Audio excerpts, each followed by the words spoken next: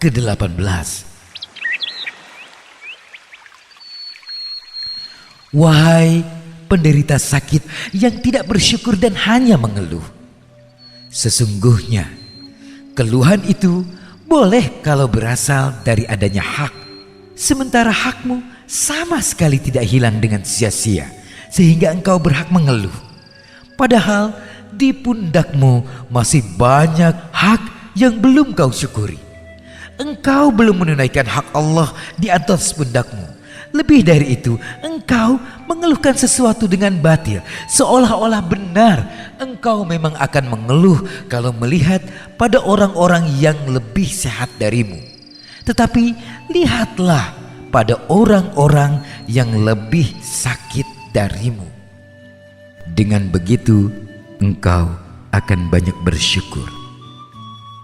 Apabila tanganmu terluka, lihatlah tangan-tangan yang terputus. Apabila engkau kehilangan satu mata, lihatlah orang-orang yang kehilangan dua matanya sehingga engkau bisa bersyukur kepada Allah Ta'ala.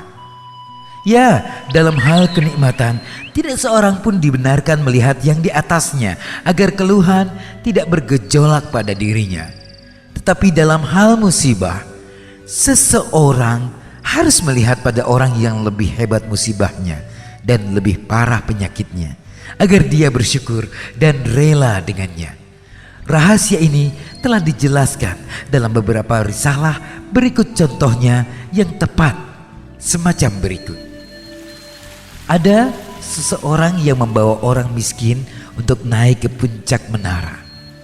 Pada setiap tingkat menara, orang tadi memberinya sebuah hadiah.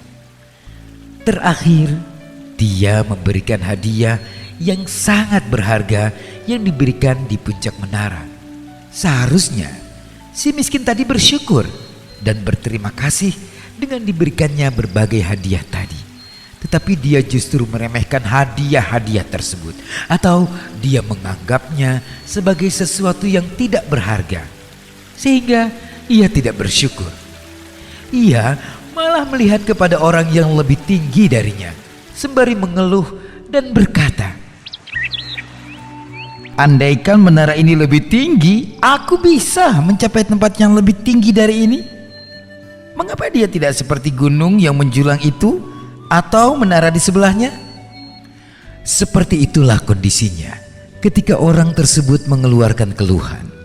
Betapa ia menjadi orang yang sangat kufur nikmat dan betapa dia sangat menyimpang.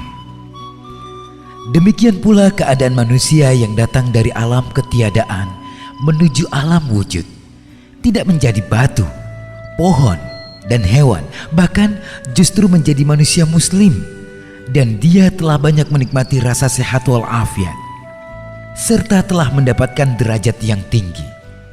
Namun ironisnya, manusia masih sering memperlihatkan keluhan karena tidak menikmati kesehatan dan kesegaran karena beberapa faktor, atau karena telah menyia-nyiakan nikmat tersebut karena kesalahan ikhtiar, atau salah penggunaan, atau karena tidak mampu mendapatkannya. Kemudian dia melontarkan sebuah ungkapan yang seolah-olah mengkritik rububiyah ilahi.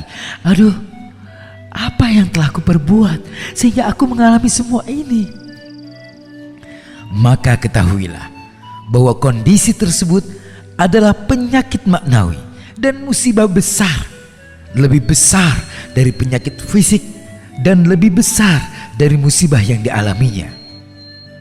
Dengan sikap tersebut atau mengeluh, ia justru menambah derita sakitnya, laksana orang yang berkelahi dengan tangan yang terluka. Namun orang yang berakal akan selalu mengamalkan ayat suci yang berbunyi, "Alladzina idza asabathum musibah qalu inna lillahi wa inna ilaihi raji'un." Yaitu orang-orang yang jika ditimpa musibah, mereka mengucapkan, "Inna lillahi wa inna ilaihi raji'un." Sesungguhnya kami milik Allah Subhanahu wa ta'ala, dan hanya kepadanya lah kami kembali. Al-Baqarah ayat 156. Akhirnya Ia menyerahkan semua urusannya kepada Allah Subhanahu wa Ta'ala dengan penuh kesabaran sampai penyakit tersebut selesai melaksanakan tugasnya.